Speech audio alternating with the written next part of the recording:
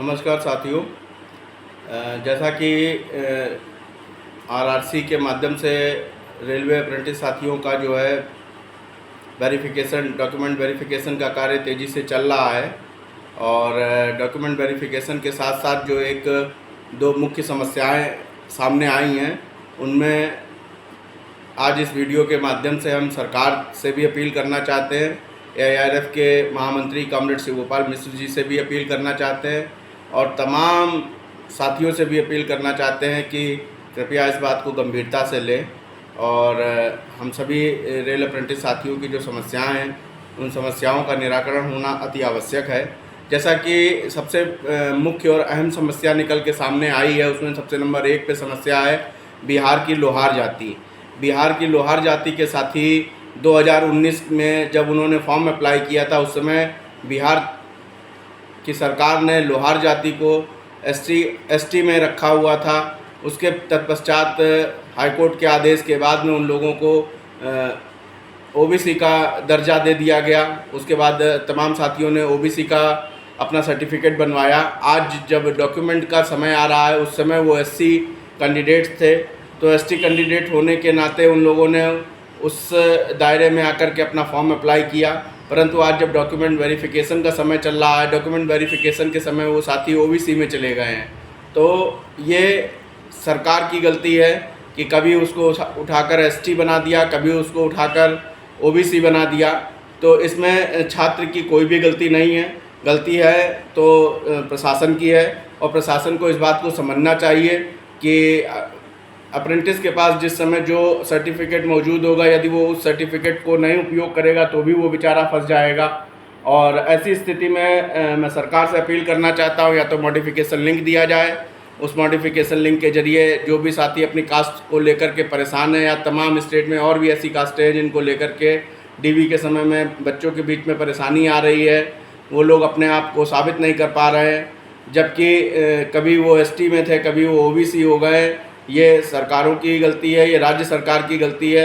और ऐसे में इन लोगों को मॉडिफिकेशन लिंक दिया जाना चाहिए। मॉडिफिकेशन लिंक के जरिए इन लोगों को अपनी कास्ट का संशोधन करने का एक मौका मिलना चाहिए। इसके साथ ही मैं एआईआरएफ के महामंत्री कॉमरेड शिव गोपाल मिश्र जी से भी इस बात का निवेदन करना चाहता हूँ कि हम रेल अप्रेंटिसेस की समस्याओं को लेकर के, आपने कई बार तमाम समस्याओं को सुना भी, समझा भी और हर बार प्रशासन तक इस बात को पहुँचाया भी और किसी न किसी माध्यम से जो है हम लोगों की सभी समस्याओं का निराकरण भी कराया है। और ऐसे में आप ही से उम्मीद है कि इस समस्या को गंभीरतापूर्वक लिया जाए और गंभीरतापूर्वक समझा जाए। गंभीरतापूर्वक समझते ही हम रेल अप्रेंटिसेस के हित का जो बात है, बहुत से बच्चे रेल अप्रेंटिस साथी जो हैं वो परेशान हैं कि डीबी और मेडिकल की डेटें निकल रही हैं। किसी जोनों में जो है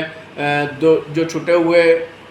लोग हैं, जिनकी डीबी की डेटें दोबारा इशू हो चुकी हैं, उनमें भी उनको मौका नहीं मिल रहा है, जबकि वो अपने क्वालिफाइंग मार्क्स ओबीसी हो या एससी हो, दोनों की एक ही इस बार रखी गई है। उस हिसाब से वो क्वालिफाई होने के बावजूद भी डीबी और मेडिकल से वंचित रह जा रहे हैं। और ये एक नौजवानों के लिए दुर्भाग्य की बात है कि इतने सालों की 2019 की भर्ती के रिजल्ट 2023 में आए हैं और 23 में भी आने के बाद यदि वो अपनी सुविधाओं से वंचित रह जा रहे हैं, तो ये नौजवानों के लिए दुर्भाग्य की बात है। ऐसे में मैं सरकार से भी अपील करना चाहता हूँ, एआईआरएफ के महामंत्री कॉमरेड शिव गोपाल मिश्र जी से भी अपील करना चाहता हूँ कि जिस तरीके से आपने तमाम रेल अप्रेंटिसेस की समस्याओं को समझते हुए कोई ना कोई प्रावधान निकाला है, लोहार जाति जो बिहार के से बिलोंग करने वाले कैंडिडेट हैं या अदर स्टेट में भी जो भी कैंडिडेटों की ये समस्याएं आ रही हैं, उन समस्याओं का निदान जल्द से जल्द होना चाहिए। इसी समस्या के साथ साथ एक समस्या और भी सामने आ रही है, 109 बैच के साथी जो अप्रैल के महीने के बाद में इनके पास सर्टिफिकेट में अप्रैल डेट लिख दी गई है, लेकिन उनको अप्रैल अपने आप को वो साबित नहीं कर पा रहे हैं। और 5 राज्यों में चुनाव होने की वजह से अगर परीक्षाओं को टाला जाता है और कल की डेट में अगर नौजवान पास कर जा रहा है और नौजवान पास हो जाने के बाद अगर परीक्षाओं को लेट चुनाव की वजह से किया गया है और उसके बावजूद भी यदि नौजवान साथियों को आज क्वालिफाई होने के बाद भी डॉक्यूमेंट वेरिफिकेशन में रिजेक्ट किया जा रहा है या रोका जा रहा है या पेंडिंग किया जा रहा है, तो आप तमाम लोगों से ये निवेदन करना चाहते हैं कि 109 बैच को गंभीरता से लिया जाए। और रेल अप्रेंटिसेस की ज़्यादा से ज़्यादा सीटें, लगभग 50% सीटें खाली जा रही हैं। ऐसे में रेल अप्रेंटिसेस की सभी सीटों को रेल अप्रेंटिसेस से ही भरा जाना चाहिए, चाहे वो 109 बैच हो चाहे वो लोहार जाति का मामला हो, चाहे वो नौजवान जो हमारे कुछ चंद साथी जो है फेल हो गए हैं, उन साथियों को भी जिस तरीके से 14.1 का हवाला देते हुए पीडब्ल्यूडी कैंडिडेट्स के आधार पर जिस तरीके से छूट देते हुए कट ऑफ को कम करते हुए रेल अप्रेंटिसेस को भी उसी आधार पर भरा जाए, जिस तरीके से ओपन मार्केट के लोगों में पीडब्ल्यूडी कैंडिडेट्स को सीट छूटने की वजह से 2% का रिलैक्सेशन दिया जा रहा है, उसी तरीके रेल अप्रेंटिसेस के कोटे को भी ध्यान में रखा जाए और कोटे में ध्यान में रखते हुए जो है उन सभी रेल अप्रेंटिसेस को भी मौका दिया जाए। इससे जो हमारे साथी ओवर एज हो रहे हैं, जो पासिंग क्राइटेरिया के आसपास आकर के भी